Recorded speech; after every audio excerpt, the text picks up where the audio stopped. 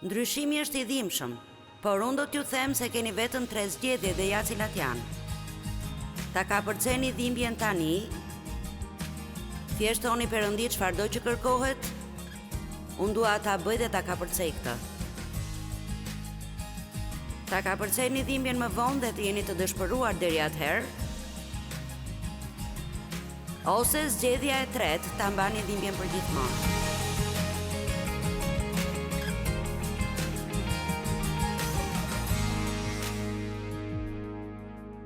Çdo ditë ju mund të keni një fillim krejtëri.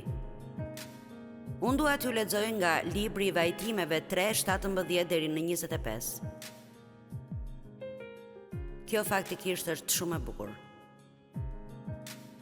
Ke larguar shpirtin tim nga paqja, kam harruar mirëqenien. Kam thënë është zhdukur besimi im. Dhe shpresa ime tek Zoti. Çdo gjë që unë kam thënë, ju mund ta shihni pikërisht këtu. Durimi im është zhdukur, unë ndihem i dobët, do të dorëzohem, nuk mendoj se mund ta bëj më këtë. Kjo sepse shpresa ime është zhdukur dhe shpresa është një pritshmëri pozitive se diçka e mirë do t'ju ndodhë juve nga çasti në çast. Kur ju mendoni kështu do të qëndroni të fortë. Çdo mëngjes kur ngriheni, madje para se të ngriheni, përshpëritini vetes suaj, diçka e mirë do të më ndodh mua sot. Kujtohu për pikëllimin dhe për endjen time, për pelinin dhe idhërimin. Shpirti im kujtohet gjithnjë për këtë dhe është i rrëzuar brenda meje. Kështu ai po thot, unë vazhdoj të kujtoj të gjitha gjërat e këqija që më kanë ndodhur. Dhe shpirti im është i ligështuar dhe është i rrëzuar brenda meje. Këtë dua ta sjell në mendje dhe prandaj dua të shpresoj. Ju mund t'i sillni gjërat në mendje, ose mund t'i nxirrni gjërat jashtë mendjes.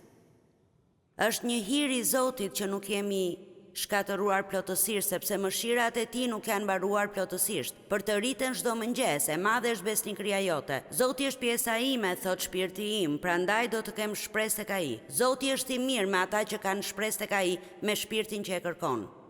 Për sa kohë që Jeremia mendonte për humbjet e tij, ai thjesht bëhej gjithmonë në gjendje më të keqe e më të keqe, por sapo ai vendosi të sillte në mendje gjërat e mira në jetën e tij, krejt papritur çdo gjë filloi të ndryshonte.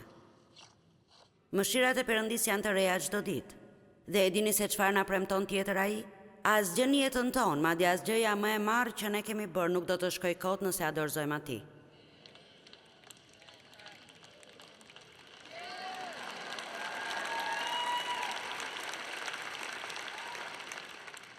Me sinqeritet ju them se kur Perëndia filloi me mua, unë nuk isha asgjë, por nga do të më shihni tisha rëmuj.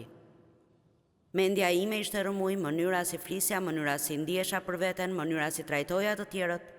Po them çdo gjë ishte rëmuj. Isha egoiste, egocentriste, shumë rebele, isha e tmerrshme. As vet nuk e di se si. Apo pse Perëndia zgjodhi të më përdorte. Gati e vetmja gjë që po ndodhte brenda meje ishte se doja Perëndin. Nuk dija shumë për të, por me aq sa e njija, e doja. Dhe unë doja të kisha një marrëdhënie me të që nga koha kur isha e vogël. Madje edhe kur isha e martuar me burrin e parë, që ishte vërtet abuziv, jo fizikisht, por shkonte me gra të tjera, nuk punonte dhe gjithmonë vidhte ato pak gjëra që unë kisha. Dhe unë u zgjova një natë dhe e gjeta duke u përpjekur të me hiqte unazën e martesës. Ai do ta shiste dhe ajo nuk vlente as 10 qindarka. Kështu, po them, unë kisha shumë dhimbje në jetën time, unë kisha shumë gjëra, shumë rëmuja në jetën time, shumë lëndim dhe qëndrim të keq. Vërtet, unë dua që ju të kuptoni se kur shoh atë që Perëndia ka bërë në mua, unë jam shumë pasionante për atë që ai mund të bëjë në ju. Po them, unë vërtet besoj se me Perëndin të gjitha gjërat janë të mundura. Amen. Unë thjesht ju sfidoj të dorëzoni veten tuaj tek Perëndia. Mjaft të përpoqet ta bëni Perëndin t'ju jap atë që ju doni. Dhe thuajini atij se doni atë që ai do. Më duhet ta them përsëri këtë. Mjaft të përpoqet ta bëni Perëndin t'ju jap atë që ju doni dhe thuajini t'ju jap atë që ai do. Perëndi, vullneti yt u bëft në jetën time. Unë po i them po gjithçkaje që ti do dhe unë madje as nuk e di se ç'është. Tani ju jeni duke marrë një zotim. Shumë njerëz nuk duan të martohen, por të jetojnë së bashku. E dini pse? Nuk duan të marrin zotime. Duan të kenë një rrugdalje nëse gjërat nuk shkojnë mirë. Ne duhet të jemi të përkushtuar. Ne duhet të jemi besnik, të ndershëm. Ne duhet të durojmë vështirësitë dhe të dalim në anën tjetër të gëzuar. Asnjë nga gjërat që unë kalova në jetë nuk ka shkuar kot. Ju më keni dëgjuar, unë i përdor ato për t'ju inkurajuar ju. Asgjë në jetën tuaj nuk do të shkoj kot, nëse ja jepni Perëndis. Tani le të flasim për emocionet për pak minuta. A do t'i dëgjoj njëri këto? Më ka mbetur shumë kohë që t'ju flas në lidhje me ndjenjat tuaja. Së pari le të flasim për natyrën e ndjenjave dhe emocioneve. Me qëra fjala, 823 njerëz ja dorëzuan jetën e tyre Krishtit në takimin e kaluar.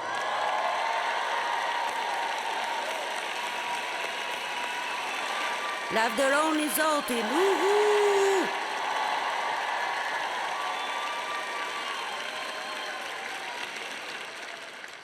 823 bebe që duhen trajnuar. Së pari, ndjenjat janë të lëkundshme. Ato ndryshojnë gjithmonë. Nuk mund të vareni prej tyre. Ato janë aty kur nuk i doni dhe largohen kur ju i doni. Amen. Mos i lejoni emocionet të votojnë kur merrni vendime. Dhe sidomos vendime të rëndësishme. Mos u martoni për shkak të mornicave.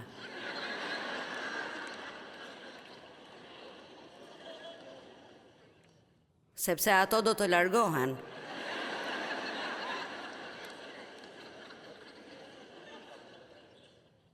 Mund të them ca gjëra, por Zoti them.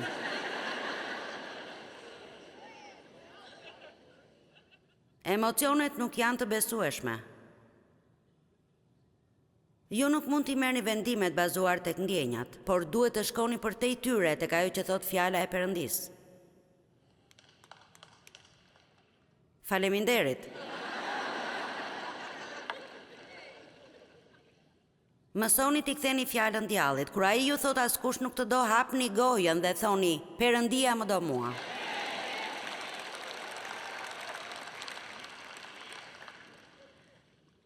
Kur djalli ju thot ti kur nuk do ta kapërcesh këtë, jeta jote është e shkatëruar, thoni gënjeshtar. Perëndia do ta marrë këtë dhe do të bëj diçka të madhe me të.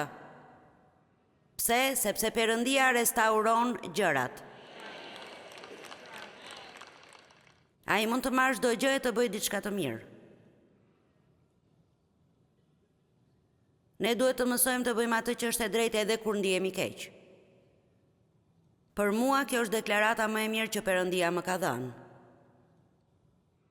Nëse ne vazhdojmë të presim të ndihemi mirë për çdo gjë para se të bëjmë të drejtën,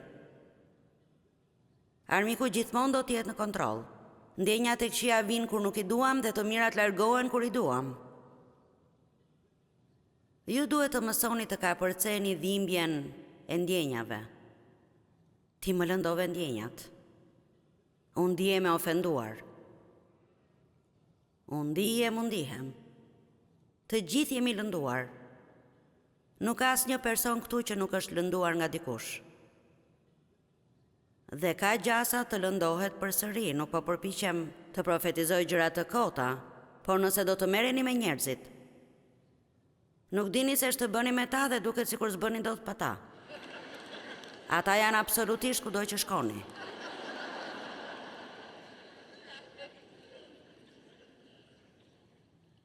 Dikush ose diçka na ka lënduar të gjithëve, abuzimi, refuzimi, braktisja, tradhëtia, zhgënjimi, paragjykimi, kriticizmi.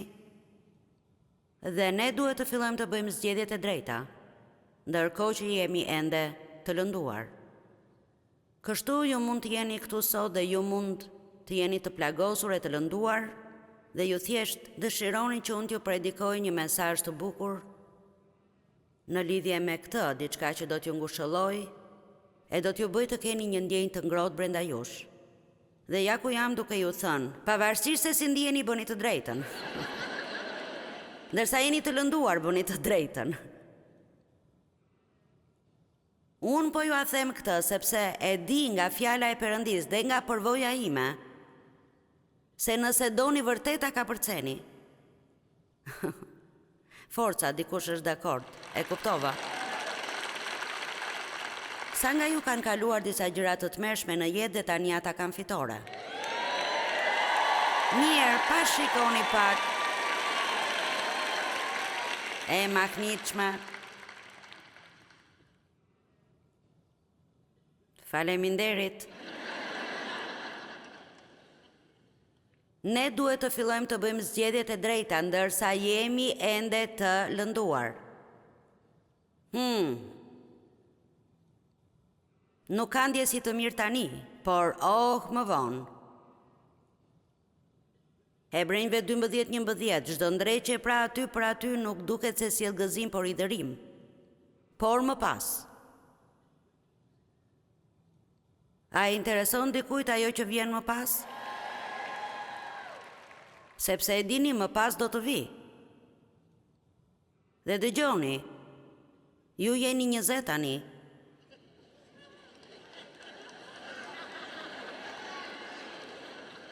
Më pëlqen ajo që thot psalmisti, dikur isha i ri por tani jam i vjetër dhe mendova po, kjo gjë u ndodh të gjithëve.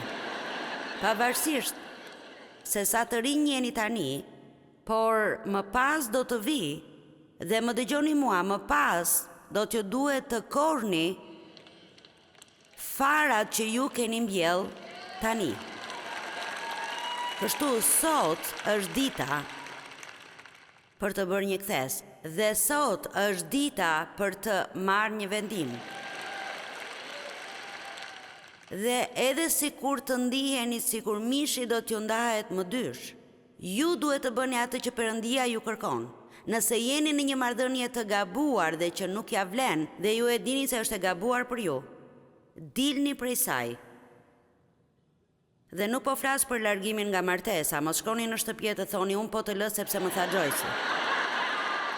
Nuk është kjo ajo që unë po them. Po them, ka njerëz në këtë sallë sot që janë në mënyrë romantike të përfshirë me njerëz që e dinë se janë si helmi në jetën e tyre. Forca tani mos u fshihni nën karrige. Po i besoj Perëndis ta ndryshoj atë. O, zemër. Nuk po them se nuk ndodh, por mund të doni të shihni disa prova më parë. E dini, ndoshta vetëm disa prova. Ne sa jojmë çdo lloj justifikimi, i themi vetes çdo lloj gjëje që të bëjmë atë që duam vetë. Mos bëni gjëra që e dini se po ju helmojnë ju. Ju keni vetëm një jetë për të jetuar dhe duhet të bëni zgjedhje të drejta për veten tuaj.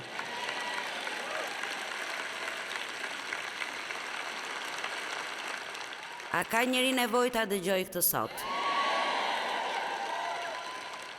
Nëse ju jeni i vetmi person që e dini se po bën të drejtën, ju vazhdoni të bëni të drejtën dhe do t'jeni i vetmi që do të përfundoj lumtur më pas. Tani, ndryshimi është i dhimbshëm, nuk po ju them se nuk është. Kur bëni të drejtën kur jeni të lënduar, është e dhimbshme, nuk po them se nuk është. Por unë do t'ju them se keni vetëm 3 zgjedhje dhe ja cilat janë. Ta kapërceni dhimbjen tani, thjeshtoni Perëndi çfarëdo që kërkohet Unë dua ta bëj dhe ta kapërcej këtë. Ta kapërcej një dhimbjen më vonë dhe të jeni të dëshpëruar deri atëherë, ose zgjedhja e tretë ta mbani dhimbjen për gjithmonë. E dini çfarë më ndihmoi mua ta kapërceja dhimbjen? Oh, Perëndia im, ishte e vështirë për mua të mësoja të kisha qëndrim të mirë. Dëgjoni, ju nuk e dini se sa shumë duhet të luftoja me vetkeqardhjen. Po them, mua thjesht më vinte keq për veten, nga që isha abuzuar. Dhe kujt nuk do t'i vinte keq për veten nëse do t'i kishin ndodhur ato gjëra që më ndodhen mua. Por dëgjoni, ajo që unë po bëja, ishte se po përdorja atë që më kishte ndodhur si një justifikim për sjelljen e keqe. Forca apo i flas dikujt apo jo?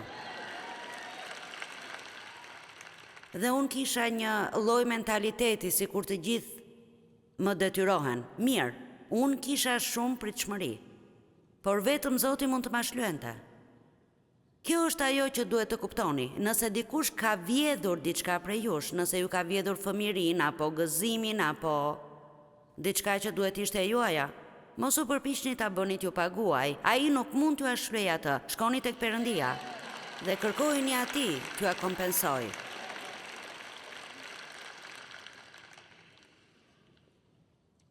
Po them, mua më vinte keq për veten time. E kam thënë më parë dhe Perëndia më tha: mund të ndjesh keqardhje ose të kesh fuqi, por s'mund t'i kesh të dyja.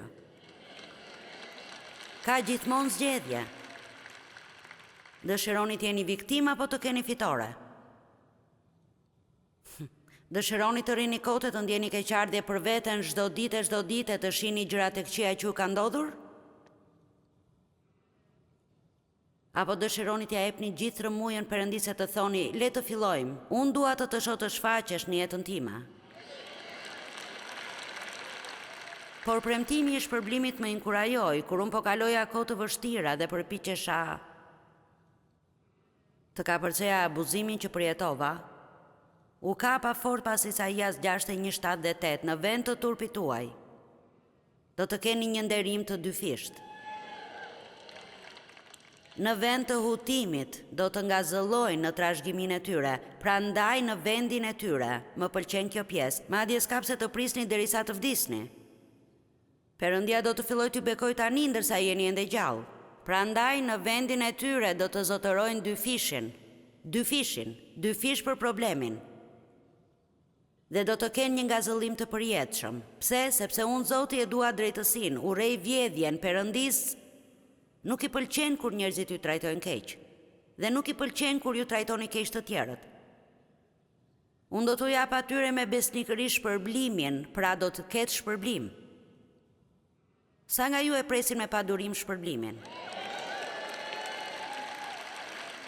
Dëgjoni, kur jeni të lënduar, atëherë duhet t'i kujtoni vetes këtë. Kjo nuk është e drejtë, nuk e meritoj, është shumë e vështirë, por Perëndi më ndihmo të veproj drejt dhe unë e di mirë se do të kem shpërblim kur ta kapërcej. Më dëgjuat? Por dëgjoni, është e vështirë të mos veproni ashtu si e ndjeni.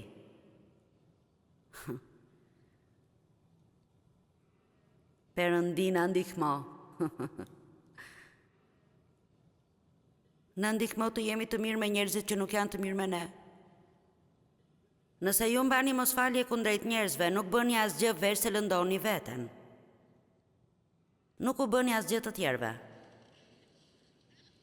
Hebrejve 11:6, Perëndia është shpërblenësi i atyre që e kërkojnë atë. E dini, ju zgjodhët pikërisht këtë ditë të vinit këtu në këtë takim. Dhe do të dëgjoni disa gjëra dhe po dëgjoni disa gjëra që do t'ju mbajnë larg problemeve gjatë javës. Forca. A ka ndonjë këtu? Duke qenë se më keni ndjekur edhe më parë, dhe nuk dua të më bëni të ndihem mirë, por dua sinqeritet, sa nga ju kanë marrë ndonjë vendim për shkak të diçkaje që kanë dëgjuar dhe e dinë se do të jetë ndryshuese për ta. Mirë, atëherë ja ka vlerëtur çdo përpjekje që kanë bërë për të ardhur këtu. Ju e keni marrë vendimin dhe do të shkoni në shtëpi e do ta zbatoni. Por nuk ka muzikë dhe drita dhe festa ka mbaruar. Abrahami u përball me një zgjedhje shumë të vështirë dhe mundësinë për një shpërblim. Dhe unë mendoj se kjo na vjen edhe neve gjithkohon. Unë mendoj se më shumë nga sa e kuptojmë, na vinë zgjedhje dhe zgjedhje dhe zgjedhje. Perëndia tha, vë para teje jetën dhe vdekjen, të mirën dhe të keqen. Zgjidh jetën që ti dhe pasardhësit e tu të jetoni. Përse na e dha një zgjedhje Perëndia, sepse ai nuk do të jemi robot. Ai nuk do që njerëzit të mos kenë zgjedhje tjetër veç se ta duan atë. Ai do që ne ta duam atë nga që duam. Ai do që ne ti themi po atij, por kjo kërkon të themi jo gjërave të tjera.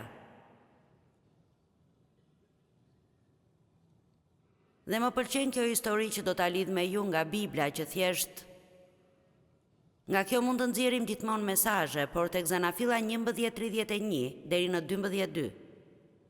Abrahami nuk ishte njeriu i parë të cilit ju ofrua një mundësi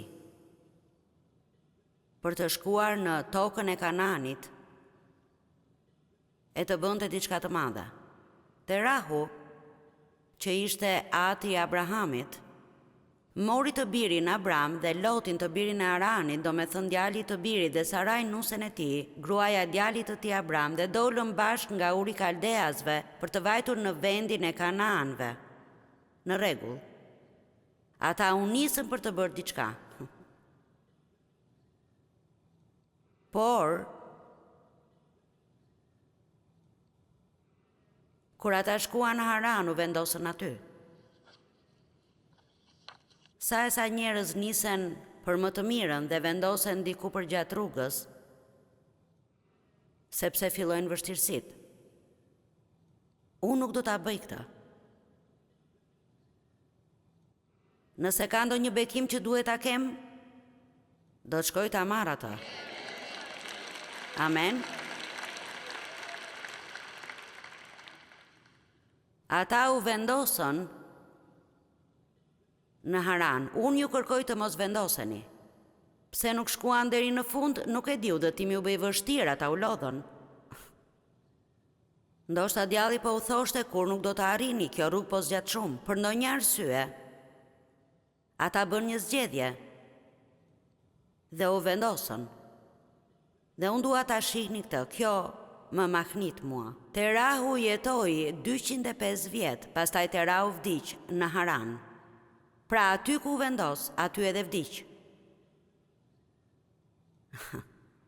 Dhe a mund t'ju them këtë, nëse ju bini rehat me më pak nga e mira që Perëndia ka për ju, mund të mos bini të vdekur fizikisht, por do të ketë një lloj vdekje që do të vijë mbi shpirtin tuaj, sepse ju do ta dini se po jetoni më pak nga jeta e mrekullueshme që Perëndia ka për ju.